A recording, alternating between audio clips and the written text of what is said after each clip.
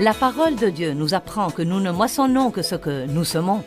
Savez-vous que si vous avez besoin de miséricorde, vous devez d'abord la donner? Restez avec nous et laissez-moi vous expliquer davantage la puissance de la miséricorde.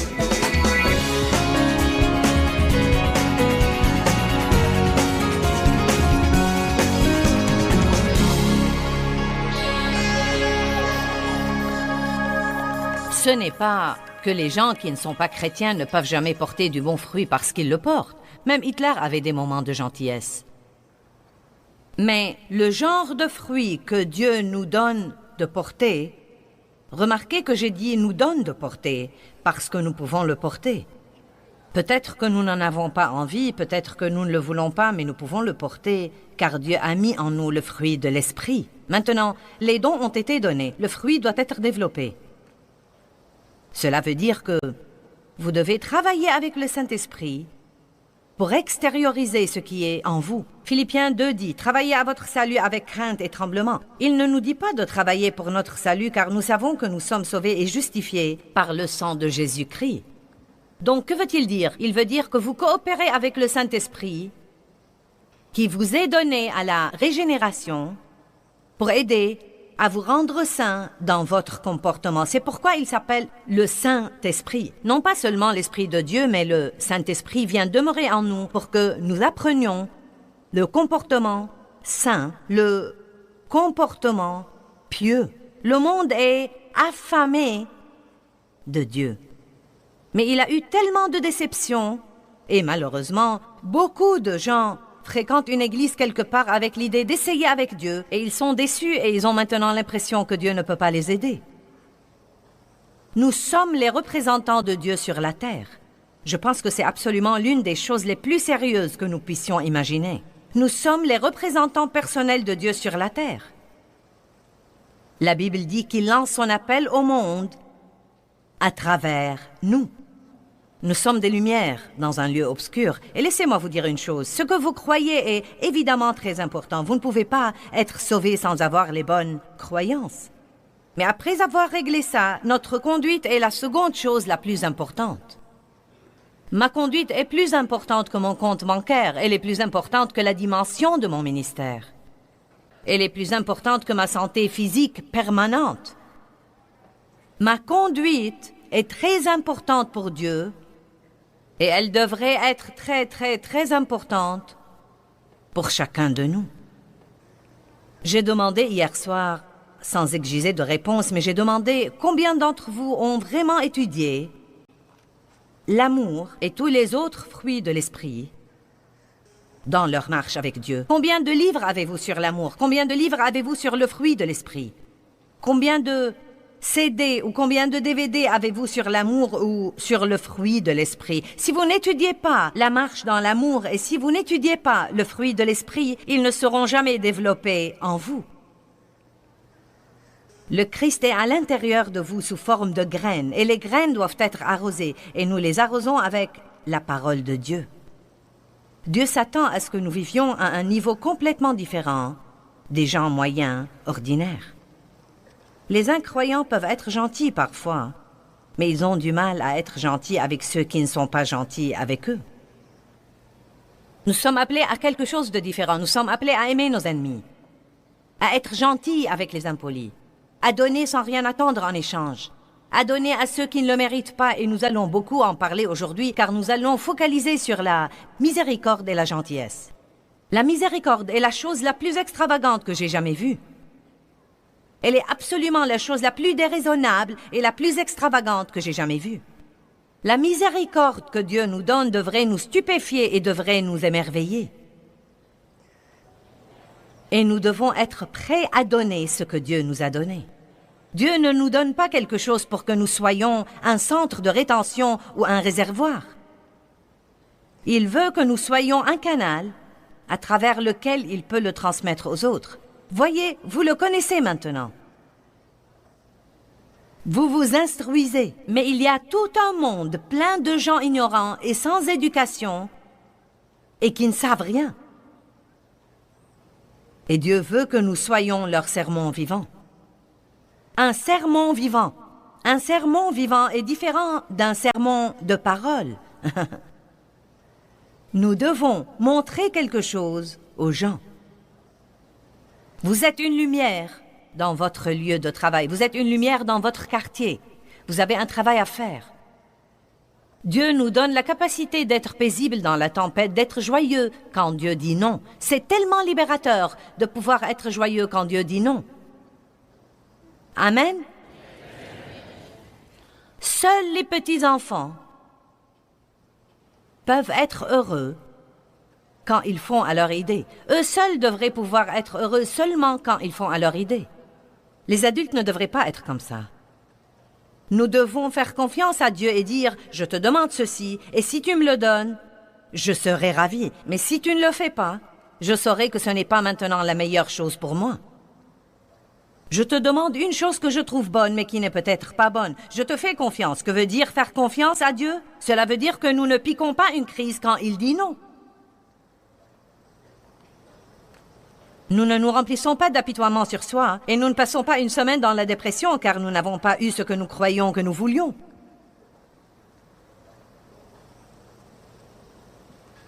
Le genre de choses auxquelles Dieu nous appelle, c'est de présenter l'autre jour, de faire le 1000 supplémentaire, de faire de bonnes œuvres en secret, sans avoir besoin d'être applaudi.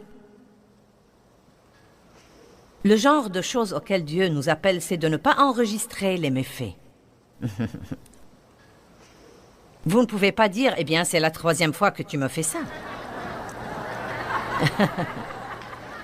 Car vous ne savez pas combien de fois il l'a fait auparavant. Car quand il le fait, vous lui pardonnez et vous oubliez et vous refusez de le noter. N'est-ce pas ridicule d'aller à Dieu et de lui dire « Oh Dieu, pardonne-moi, je sais que j'ai fait ça auparavant. » Et il vous répond « Oui, c'est vrai, et c'est la 23e fois que tu fais ça. » L'amour n'enregistre pas les méfaits. Maintenant, je sais que nous penserons immédiatement « Ce genre de vie est impossible. » Non, il est vraiment possible car Dieu nous a préparés pour une vie pareille si nous apprenons à permettre à ce fruit, à ce beau fruit, de se développer en nous. Matthieu 5, 46 et 47. Je vais revenir un peu en arrière. Allons au verset 44. « Mais moi je vous dis, aimez vos ennemis et priez pour ceux qui vous persécutent. Quand quelqu'un vous fait du mal, vous devriez commencer à prier pour lui. Pour montrer que vous êtes les fils de votre Père qui est dans les cieux, pour le montrer, nous devons montrer quelque chose. Car il fait lever son soleil sur les méchants et sur les bons, et il fait pleuvoir sur les justes et sur les injustes. Car si vous aimez ceux qui vous aiment, quelle récompense méritez-vous? Les publicains aussi ne font-ils pas ainsi? » Et il utilise le mot publicain parce qu'ils étaient des gens très maudits à l'époque. « Et si vous saluez seulement vos frères, que faites-vous de plus que les autres? Les païens, les nations, les incroyants ne font-ils pas ainsi? Soyez donc parfaits. » Maintenant, le mot parfait nous fait peur et nous devons comprendre ce qu'il veut dire. Il veut dire devenir mûr. Il veut dire que vous êtes dans un voyage où vous avez un cœur parfait envers Dieu et que vous persévérez vers cette marque de perfection. En d'autres termes, vous décidez de vous lever tous les jours et vous étudiez et vous priez et vous voulez être à l'image de Christ. Vous voulez aller au monde et le représenter. Vous voulez que votre conduite soit le fruit de Dieu dans votre vie. Quand vous vous êtes marié avec le péché, vous avez porté du fruit pour le péché. Mais maintenant que vous vous êtes marié avec Dieu, la Bible dit que vous devez porter du fruit pour Dieu. Amen. Peut-être qu'une partie de notre problème, c'est que nous ne sommes pas encore mariés avec Jésus et que nous sortons toujours avec lui. Allez maintenant. C'est pourquoi certaines de nos prières ne sont pas exaucées, bien que nous prions au nom de Jésus. Vous ne prenez pas vraiment le nom de quelqu'un avant de l'épouser. Je n'ai pas pris le nom de Dave quand nous sortions ensemble.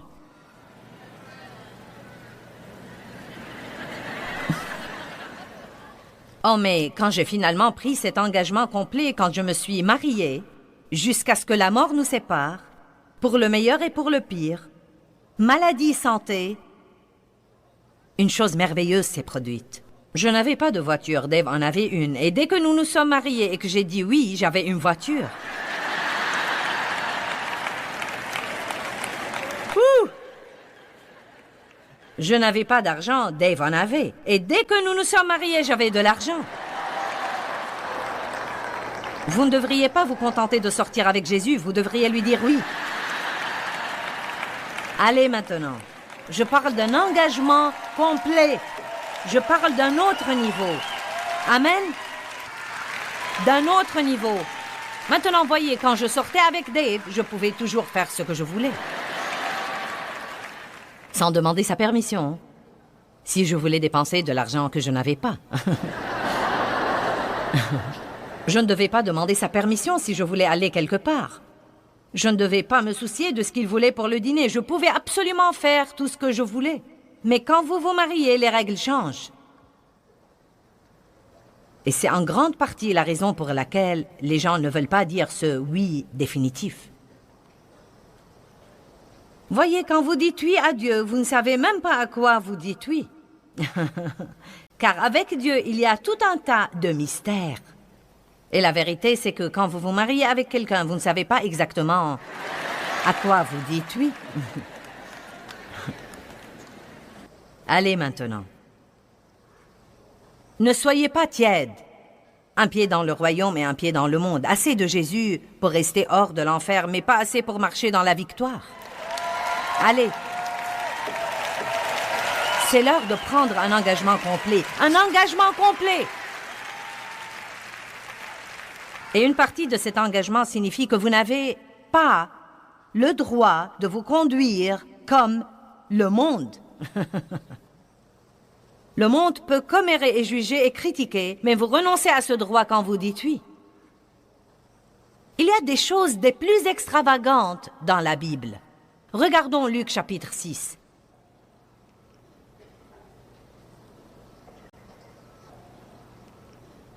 Il semble si injuste que Dieu nous demande d'aimer nos ennemis.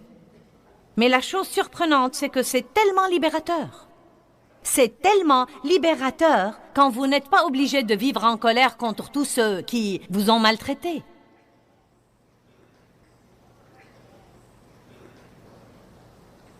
Luc chapitre 6, versets 32 et 33. Si vous aimez seulement ceux qui vous aiment, quel mérite aurez-vous? Car même les pécheurs en font autant. Et si vous êtes gentils et bons et que vous faites du bien à ceux qui sont gentils et bons envers vous et qui vous font du bien, quel gré vous en saura-t-on? Car même les pécheurs en font autant. Et si vous prêtez à intérêt dans l'espoir de récupérer, vous ne serez pas applaudis pour ça. Jésus a dit, « Mais moi je vous dis, verset 35, aimez vos ennemis, soyez gentils. »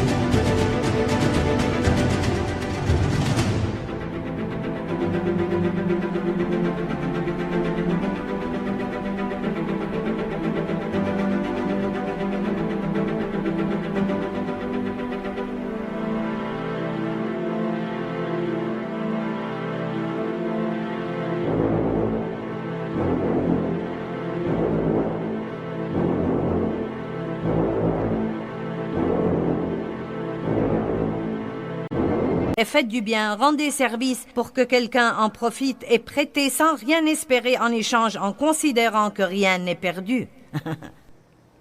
Ah mon Dieu! Et la liste n'en finit pas. Puis il parle de la miséricorde et de la compassion sympathisante et de ne pas juger les autres. Donnez et il vous sera donné. On versera dans votre sein une bonne mesure, serrée, secouée et qui déborde. Aïe, aïe, aïe, aïe. Maintenant, l'amour est le thème central du christianisme. Regardez-moi et laissez-moi vous dire une chose. Vous ne pouvez pas être un chrétien et ne pas aimer. Ce sont deux mots contradictoires. Vous ne pouvez pas faire ça. Pourquoi? Parce que Dieu est amour. C'est ce qu'il est. Et donc, comme un disciple de Dieu qui se consacre aux voies de Dieu, vous ne pouvez pas dire « j'aime Dieu, mais je ne peux pas supporter les gens ». En fait, la Bible dit que si vous dites que vous aimez Dieu, mais que vous haïssez votre frère, vous êtes menteur. Je n'invente pas ça, c'est exactement ce qu'elle dit. Si vous dites que vous aimez Dieu, mais que vous haïssez votre frère, vous n'avez jamais aimé Dieu et vous ne le connaissez pas parce qu'il est amour. Donc nous devons apprendre tout ce que nous pouvons apprendre sur l'amour, car chaque fois que nous apprenons quelque chose sur l'amour, nous apprenons sur Dieu. Et plus vous marchez dans l'amour, plus vous connaissez Dieu, et plus vous avez de l'expérience avec Dieu. Il ne nous demande jamais de faire quelque chose qu'il ne nous donne pas la possibilité de faire.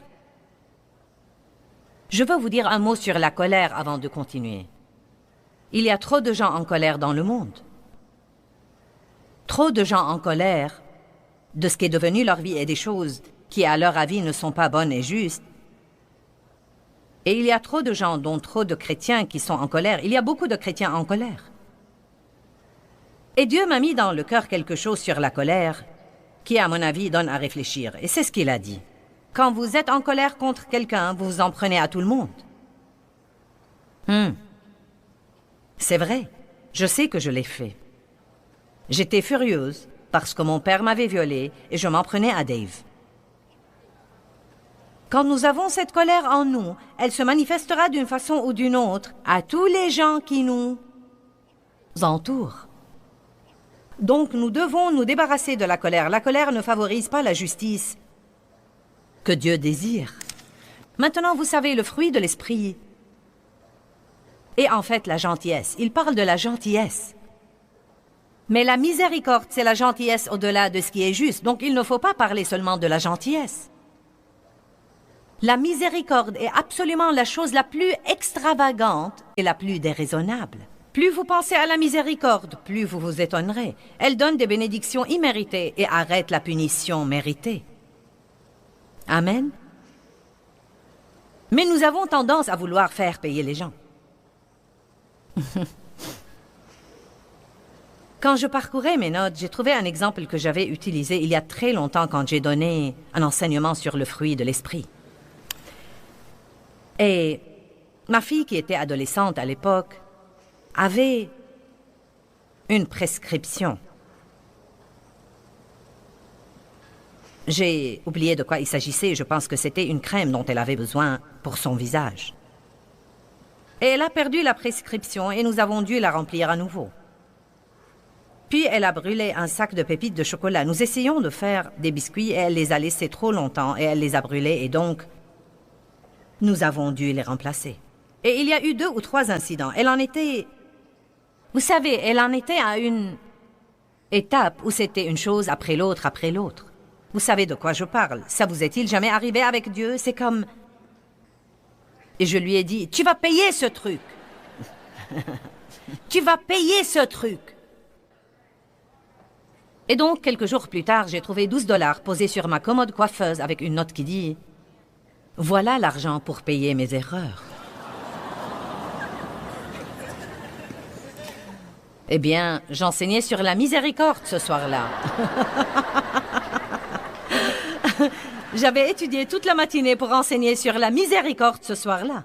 Je lui ai dit « Heureusement pour toi que j'enseigne sur la miséricorde ce soir. » Et je me suis rendu compte que lui faire payer n'était pas la façon de faire de Dieu.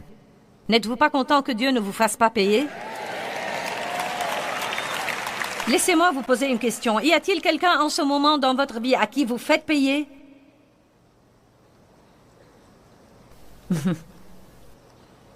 Vous savez, j'ai finalement dû me rendre compte que quand je me fâchais contre Dave, et même quand je refusais de lui parler, c'était une façon de lui faire payer. Je crois que l'un des moyens de faire payer les gens, c'est de les exclure de nos vies. Allez maintenant. Vous dites, eh bien maintenant, minute Joyce, je ne vais pas être un paillasson pour tout le monde. Si j'agissais comme si de rien n'était, il recommencerait à n'en plus finir. Eh bien, vous savez, la Bible parle beaucoup de la justice, et Dieu est fanat de justice, et la justice veut dire réparer les méfaits. Mais de même, la Bible ne dit jamais que nous sommes censés nous faire justice nous-mêmes. Allez maintenant, je veux que vous m'écoutiez ce matin. En fait, elle nous dit exactement le contraire. Elle nous dit, tâchez diligemment de rendre justice aux autres, et comme vous faites ça, je rendrai justice à votre vie. Vous ne m'avez pas entendu. Voyez, si quelqu'un vous a maltraité, maintenant je ne dis pas de laisser les autres vous maltraiter, ce n'est pas ce dont je parle. Mais je dis que peut-être vous travaillez avec un collègue impoli. Eh bien, vous savez, je suggère que vous soyez comme... Voyez ce qu'il y a de merveilleux chez Jésus, c'est que rien ne le changeait. Allez, quoi qu'il arrive, il était toujours ce qu'il était, il était amour. Il n'y avait aucun changement. La chose la plus proche à ça que j'ai jamais vue était dans les premières années de ma relation avec Dave. Et quoi que je faisais, Dave ne changeait pas. Maintenant, vous savez, il ne me laissait pas...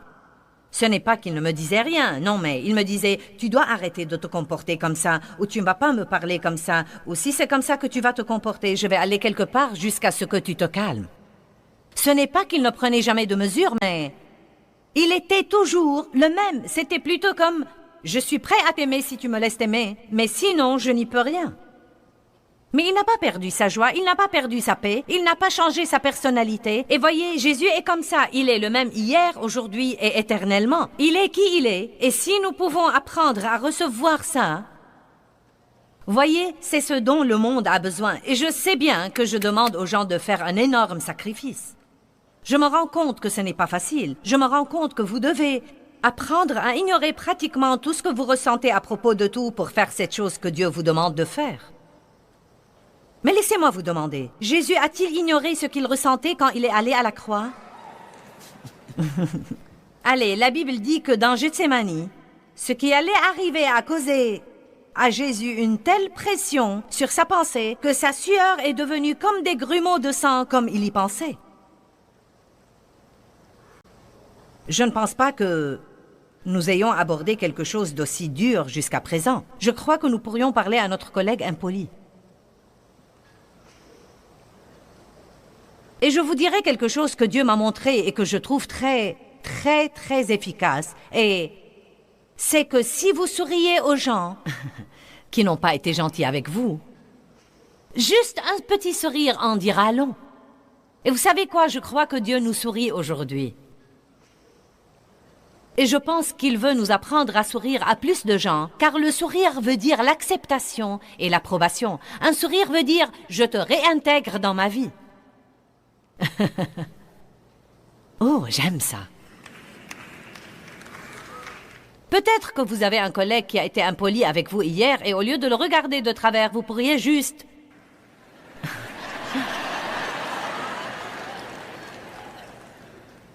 À ce moment-là, il dira « Je n'arrive pas à le croire. » Je me rends compte que cette chose que Dieu nous demande de faire, cette chose dont il m'a poussé à vous parler, je me rends compte que c'est tout un autre niveau.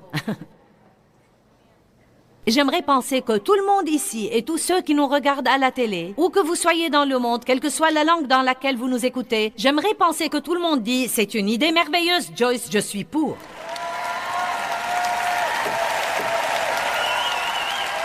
Et vous savez quoi? Si ceci se produit vraiment, vous savez, si tous ceux qui se font appeler chrétiens commencent vraiment à porter le fruit du christianisme, je pense que le monde changera radicalement et très rapidement et que dans peu de temps, le travail de Dieu sera fini sur la terre et nous pourrions tous aller au ciel et commencer notre fête éternelle.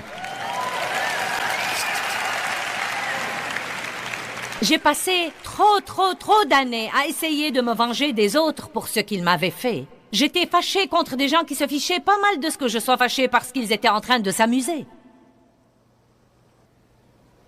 J'ai passé trop d'années à essayer de faire payer à des gens qui ne pouvaient pas payer.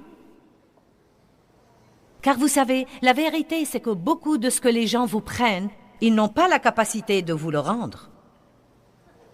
Mon père m'a pris l'innocence de mon enfance par les abus sexuels et il n'a pas pu me la rendre. Mais Dieu nous promet le double pour nos ennuis passés. Voyez, Dieu a un tout autre niveau et un système aussi. Il ne vous rend pas seulement ce que vous avez perdu. Un être humain, tout au plus, même s'il pouvait le faire, ne vous rendrait que ce que vous avez perdu. Mais Dieu peut vous rendre le double de ce que vous avez perdu. Et il le fera. Mais ce qu'il vous demande de faire pour semer les graines pour votre moisson, si vous voulez vraiment la justice dans votre vie, c'est de rendre justice à quelqu'un d'autre. C'est exactement pourquoi nous sommes occupés dans notre ministère à nourrir les orphelins, à aider les veuves, à donner l'aide médicale aux gens qui n'ont aucune capacité d'avoir une aide pour leurs douleurs et leurs maladies. C'est pourquoi nous aidons les jeunes femmes qui ont été enlevées dans l'industrie du trafic. Laissez-moi vous dire une chose. Il y a de l'injustice de l'Est à l'Ouest, du Nord au Sud. Il y a tant de gens à qui il arrive des choses qui ne devraient pas leur arriver, et Dieu méprise l'injustice, mais il aime et honore et récompense les gens qui travaillent pour rendre justice. Oubliez votre propre justice et commencez à rendre justice à quelqu'un d'autre, et Dieu vous rendra justice. Vous commencez à vous réchauffer, mais vous n'êtes pas encore trop chaud. Voyez, parfois, nous ne pouvons pas dépasser notre douleur passée. Et nous avons même cette pensée, eh bien, comment pourrais-je aider quelqu'un d'autre? Regarde le gâchis de ma vie. Vous aurez toujours votre gâchis si vous n'apprenez pas à le dépasser et à aider les autres. C'est comme ça que travaille le système de Dieu. Donnez et il vous sera donné. Une bonne mesure, serrée, secouée et oh-oh, et qui déborde.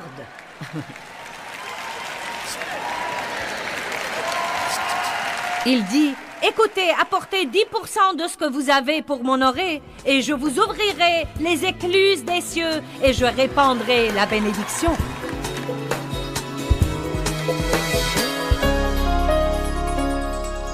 Eh bien, Dieu nous donne le fruit de l'esprit. Et deux d'entre eux sont la miséricorde et la bonté. Et elles vont toujours de pair. Et elles sont vraiment au cœur de la réaction de Dieu à notre échec et à notre péché. Quand nous reconnaissons nos péchés et que nous les confessons, il nous donne la miséricorde et il est bon envers nous. Et tout ce que Dieu nous donne, il veut que nous le donnions aux autres à notre tour. Je veux vraiment vous encourager à apprendre autant que vous pouvez sur le fruit de l'esprit. Croyez-moi, c'est si important.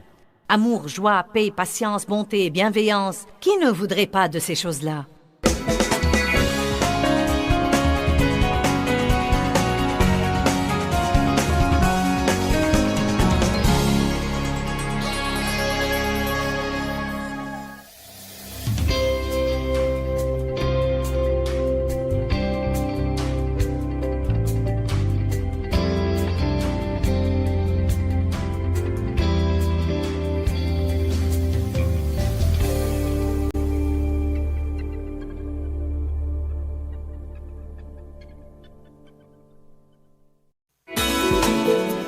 Je crois que la capacité d'être miséricordieux et bon fera de vous une personne très puissante.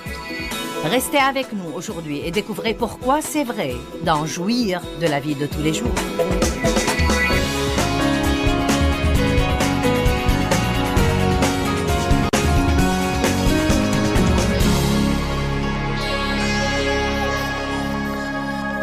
Il faut que nous ayons le sens de la justice, mais sans le diriger vers nous. La plupart de nous ont un sens intense de la justice. Nous sentons quand on ne nous traite pas comme il faut.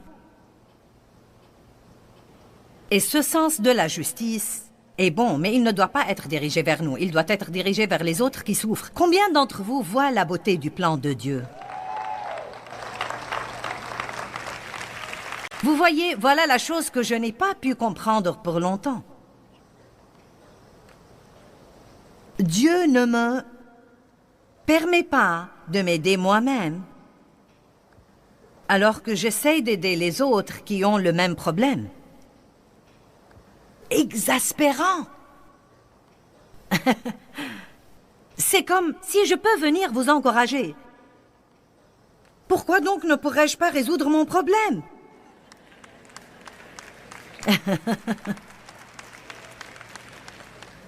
Dieu veut que nous aidions les autres et à ce moment-là, il nous aide. Il nous aide. Vraiment. Ma fille faisait la queue un jour pour pouvoir payer quelque chose. Et l'employé était très grognonne. Ma fille s'est dit, mince alors, elle rembarre tout le monde. Et elle s'est dit, j'ai mon plan. Si elle croit qu'elle va me parler comme ça et s'en tirer, elle va avoir ce qu'elle mérite. Quand ce sera mon tour, je vais lui dire, tu es vraiment impoli et tu ne devrais pas travailler ici et traiter les clients de cette façon. Préparez-vous parfois votre discours? Oh oui! Ouh!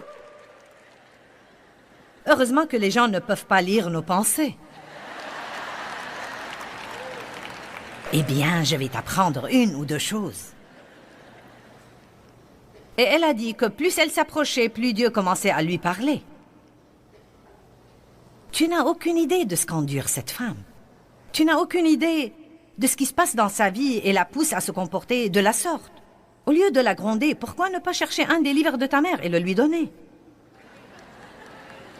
Parce qu'elle garde mes livres dans sa voiture tout le temps comme un matériel à donner aux gens souffrants qu'elle rencontre ou aux gens qu'elle sent que Dieu lui dit de les bénir avec. Et donc, elle est sortie de la queue, ce qui signifiait qu'elle devait y revenir et attendre à nouveau. Voyez, l'amour est un sacrifice. Il va vous coûter quelque chose. Maintenant, beaucoup de gens ne l'auraient pas fait et diraient « Eh bien, je ne peux pas perdre ma place. » Amen. Vous m'avez entendu, elle est sortie de la queue, allée à la voiture, chercher le livre, revenue à la queue, a dû attendre à nouveau. Et quand c'était son tour, elle a dit à la dame, « Tu sais, on voit bien que tu as passé une mauvaise journée et je ne sais pas ce que tu traverses, mais sache que Dieu t'aime.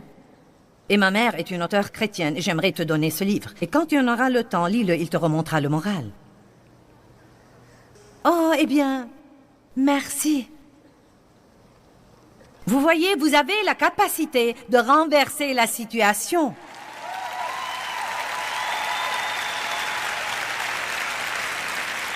Mais vous devez être prêt à vivre à un niveau tout à fait différent. Maintenant, vous savez, je crois qu'il y a des moments où nous ne devons pas laisser les gens nous maltraiter, où nous devons dire, tu sais quoi? Non, mais vraiment, tu ne devrais pas me parler comme ça. Mais quand nous faisons ça, nous devons le faire pour leur bien et non pas le nôtre. Je crois que nous devons le faire parce que nous savons qu'ils se font du mal en se comportant de la sorte. Nous devons nous débarrasser de tout ce soin de soi. Pourquoi ne pas prendre votre retraite du soin de soi et faire une grande fête de retraite? Car certains d'entre vous prennent soin d'eux-mêmes depuis très longtemps et ils ne font pas du bon travail en le faisant. Amen? Allez! Vous savez, une des raisons pour lesquelles nous voyons un comportement tellement ridicule dans le monde aujourd'hui, c'est que le monde est devenu fou. Non mais, les gens sont plus égarés que jamais. Il y a plus de dévices sexuels que jamais. Il y a plus de douleurs, plus de divorces, plus de drogue. Il y a tout ce qui fait mal aux gens, plus que jamais auparavant. Et je crois que nous ne pouvons vraiment pas imaginer la douleur que nous rencontrons tous les jours quand nous sortons. Mais vous savez quoi? Vous ne vivez pas à cette époque, en ce temps, par hasard. Vous êtes là pour un temps comme celui-ci et moi aussi. On a dit à Esther, quand on lui a demandé une chose difficile, « Tu es là pour un temps comme celui-ci. » Et ne pensez pas un seul instant que Dieu ne fera pas faire le travail. Si vous ne le faites pas, il le fera à travers quelqu'un d'autre. Mais Dieu nous donne l'occasion d'être des lumières brillantes dans un monde obscur. Il nous donne l'occasion d'avoir une joie que les gens ne comprennent vraiment pas. Soyons-en au point où le diable ne peut pas nous contrôler et nous manipuler. Je ne veux pas me lever tous les jours et attendre que le diable me dicte mon humeur et attendre pour voir ce qu'il va faire dans ma vie. Je veux décider à la fin. La miséricorde et la bonté de Dieu quand il a été pendu à la croix pour payer nos péchés. Oh mon Dieu! Vous savez quoi? Je veux vous le lire. Ésaïe 53.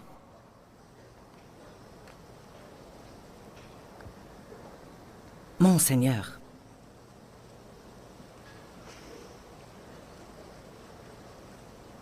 À propos, hier soir, 600 personnes environ ont reçu le Christ.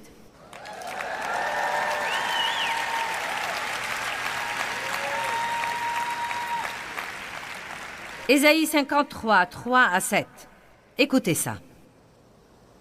Méprisé et délaissé et abandonné des hommes, homme de douleur et de chagrin et habitué à la souffrance, semblable à celui dont on détourne le visage, nous l'avons dédaigné, nous n'avons fait de lui aucun cas, et nous n'avons eu pour lui aucune estime. Certainement, il a porté nos souffrances, maladies, faiblesses et détresse, et s'est chargé de nos douleurs, de notre châtiment, et nous l'avons par ignorance considéré comme battu, frappé de Dieu et affligé comme si de la lèpre. Mais il était blessé pour nos péchés, il était meurtri pour nos iniquités, et le châtiment nécessaire pour obtenir notre paix et notre bien-être est tombé sur lui, et par ses meurtrissures nous sommes guéris et rétablis. Wouh! Alléluia! Maintenant, il ne faut pas nous contenter de prendre. Il ne faut pas nous contenter de dire « Oh Dieu, c'est très cool, je prends ça. »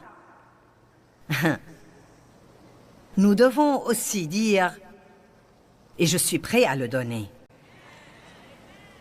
Je veux être comme le Christ, je veux être moulé sur ton image. Je veux mourir au moins.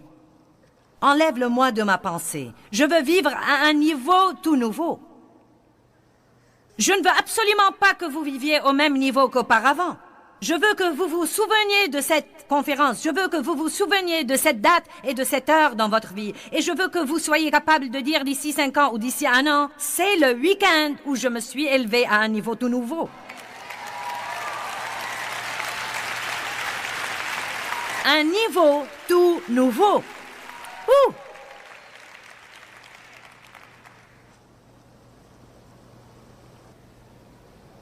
Verset 6.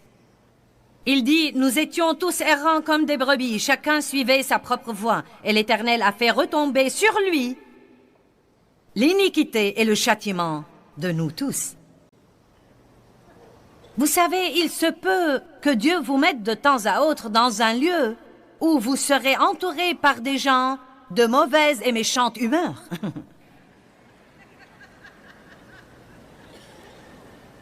Et il veut que vous soyez une épître vivante.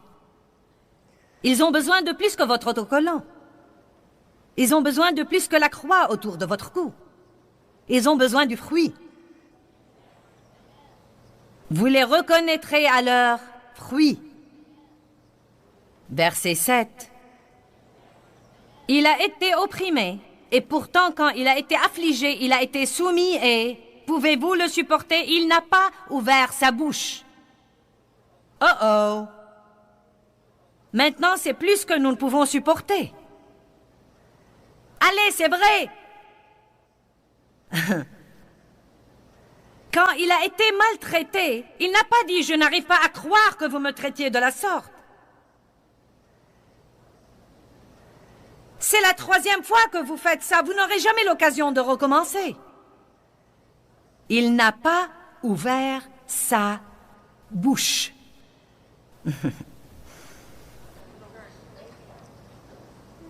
Comme un agneau mené à la boucherie, et comme une brebis muette devant ceux qui la tondent, il n'a pas ouvert sa bouche. Vous savez, vendredi n'était pas un jour très cool dans la vie de Jésus. Et pourtant, il l'était. Vous savez, nous avons dernièrement célébré Pâques.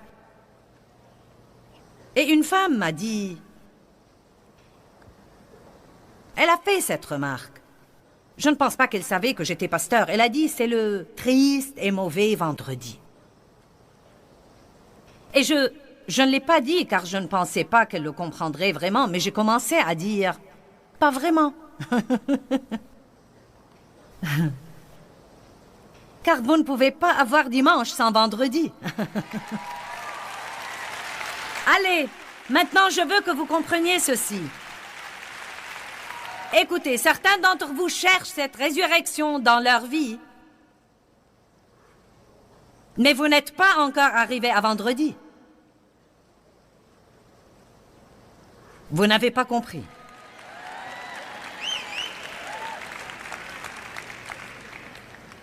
Vous voyez, le seul moyen d'arriver au point où les gens impolis et pas très gentils, qu'on peut appeler des ennemis, n'auront aucun pouvoir sur vous, c'est de vivre de ce côté-là de la croix.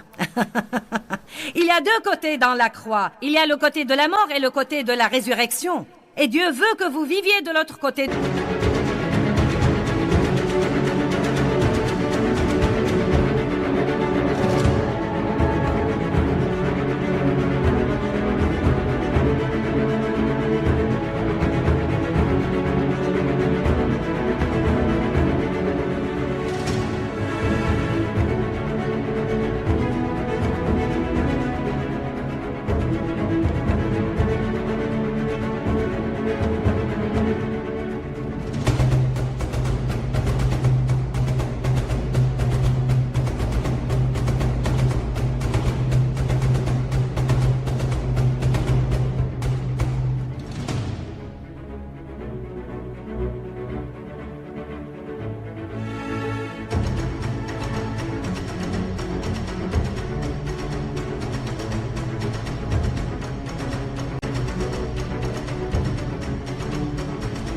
De la croix. Il veut que vous viviez du côté de la résurrection.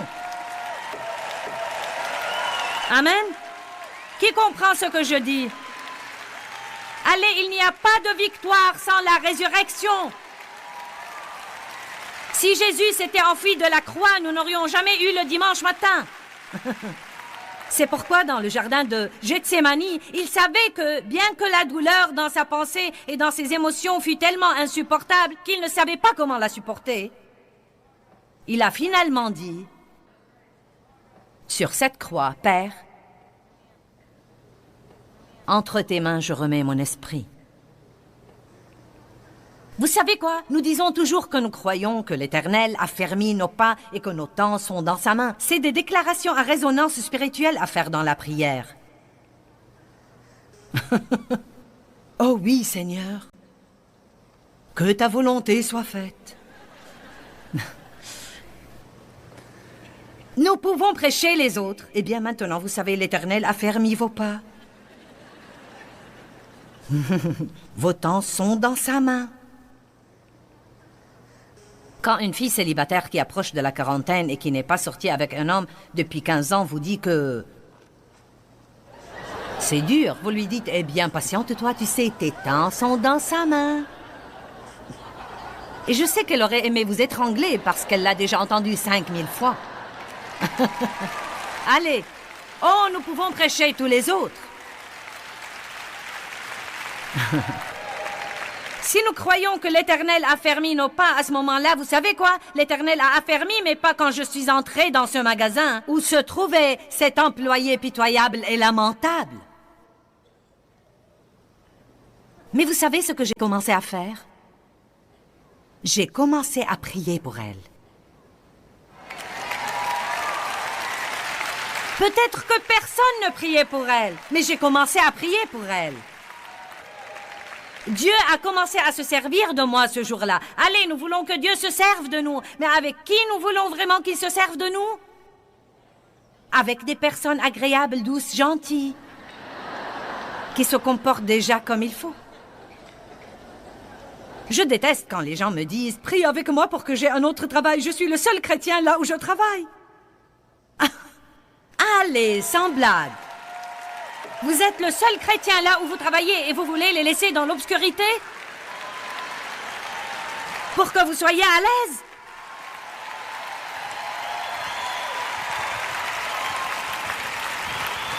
Oh, Sœur Joyce, je sens que je suis vraiment à bout. Je suis le seul chrétien dans toute ma famille. Je rends grâce à Dieu pour vous. Ils ne sont pas dans l'obscurité totale. Arrêtez de les prêcher et commencez à leur montrer quelque chose. Ne vous conduisez pas comme un dingue de religion, mais ayez le fruit de l'esprit. Quand vous êtes sauvé, votre pensée n'est pas enlevée, elle est renouvelée.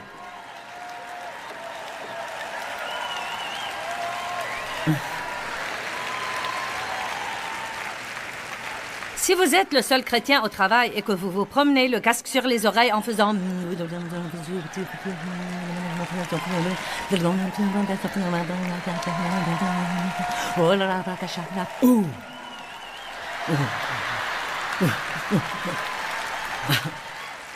Eh bien oui! Ils vont croire que vous êtes fou.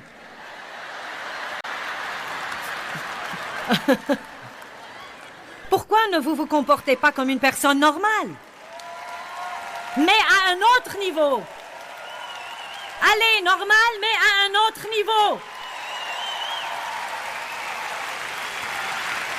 Combien d'entre vous ont compris ça? Normal, mais à un nouveau niveau. Ouh! Car Dieu a tant aimé le monde qu'il a donné son Fils unique afin que quiconque croit en lui ne périsse point, mais qu'il ait la vie éternelle. Qu'êtes-vous prêt à donner? Que suis-je prête à donner? Pourrais-je être mal à l'aise pour un jour? Pourrais-je pardonner à quelqu'un qui m'a blessé? Vous savez quoi? Dieu m'a dit il y a des années une chose qui m'a aidé énormément et que j'ai beaucoup partagé beaucoup de fois. J'avais vraiment du mal à surmonter ce que mon père m'avait fait. Et non seulement ce qu'il m'avait fait, mais encore le fait que ma mère ne m'eût pas aidé. Et Dieu m'a simplement dit, les gens qui souffrent font souffrir les autres. Et vous voyez, une partie de la marche dans l'amour, c'est de ne pas soupçonner le mal. Et c'est plus facile de donner la miséricorde aux autres si vous ne soupçonnez pas le mal. Vous savez, peut-être qu'ils ne se sont pas levés ce jour-là avec l'intention de vous blesser et vous rendre misérable. Il y a sûrement quelque chose qui se passe en eux. Ma mère avait des craintes. Elle ne savait pas affronter le scandale. Personne ne parlait à l'époque de ces vices sexuels exercés sur les enfants. On n'entendait jamais parler d'inceste. Personne n'en parlait. Les gens ne divorçaient pas. On arrangeait les choses. Elle ne savait que faire. Elle ne savait vraiment que faire. Mon père m'a finalement dit, quand il s'est excusé de moi quand j'avais la cinquantaine, et je le crois, aussi ridicule que ce soit, je le crois. Il m'a dit, je n'avais aucune idée que ce que je te faisais te ferait le mal que ça t'a évidemment fait. Oprah n'était pas à la télé à l'époque pour éclairer les gens sur les effets des abus sexuels sur enfants.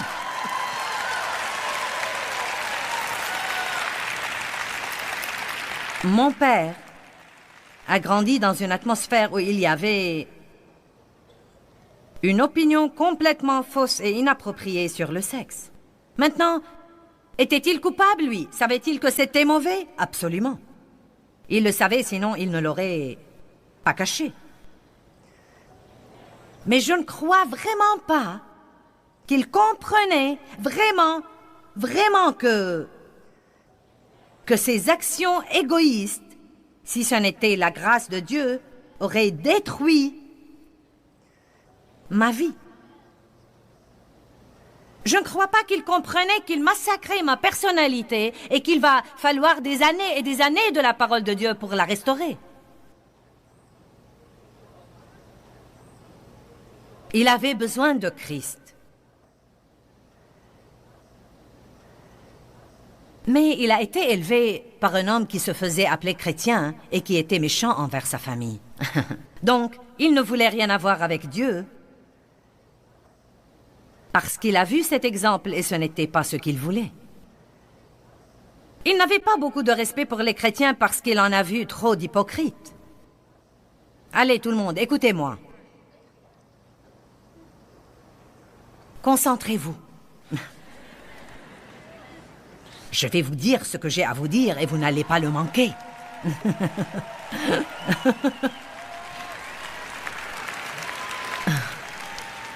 L'ennemi ne veut pas que vous compreniez ça.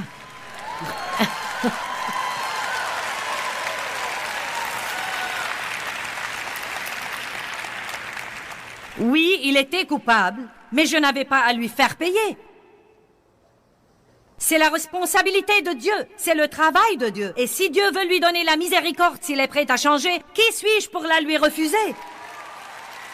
Je ne suis pas Dieu, vous n'êtes pas Dieu. Mais ce n'est pas juste. Mais il était blessé pour nos péchés, meurtri pour nos iniquités. Notre châtiment est tombé sur lui. Et par ses meurtrissures, nous sommes guéris. Ce n'est pas juste non plus. Allez, vous voulez parler de la justice? Ce n'était pas juste. Et je sais, vous m'avez peut-être entendu raconter cette histoire, mais je ne peux pas résister à la tentation.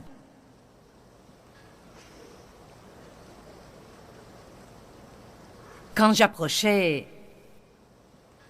de la soixantaine, mes parents étaient âgés.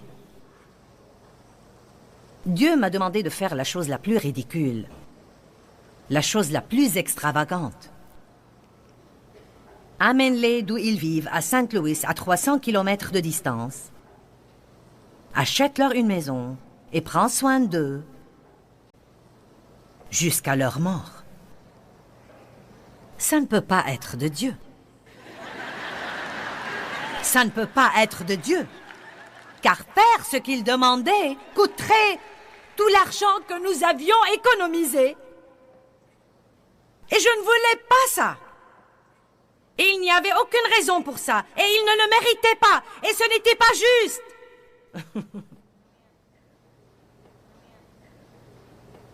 Mais je ne sais pas si vous l'avez remarqué ou pas, Dieu ne change pas d'avis. Soit il nous change, soit nous restons misérables. Maintenant, croyez-moi, je n'ai pas le temps de rentrer dans tout ça, mais finalement, Dieu a fait à son idée et nous avons fait ce qu'il voulait. 3 années se sont écoulées et mon père était toujours méchant. Mais le jour est venu. Allez! Le jour de paye est venu! Oh, laissez-moi vous dire une chose, Dieu ne saute jamais le jour de paye. Allez, continuez à être fidèles, vous aurez un jour de paye. Le jour d'action de grâce. Et je trouve ça plutôt approprié. C'était comme si Dieu me disait « Merci Joyce pour m'avoir obéi ». Oula!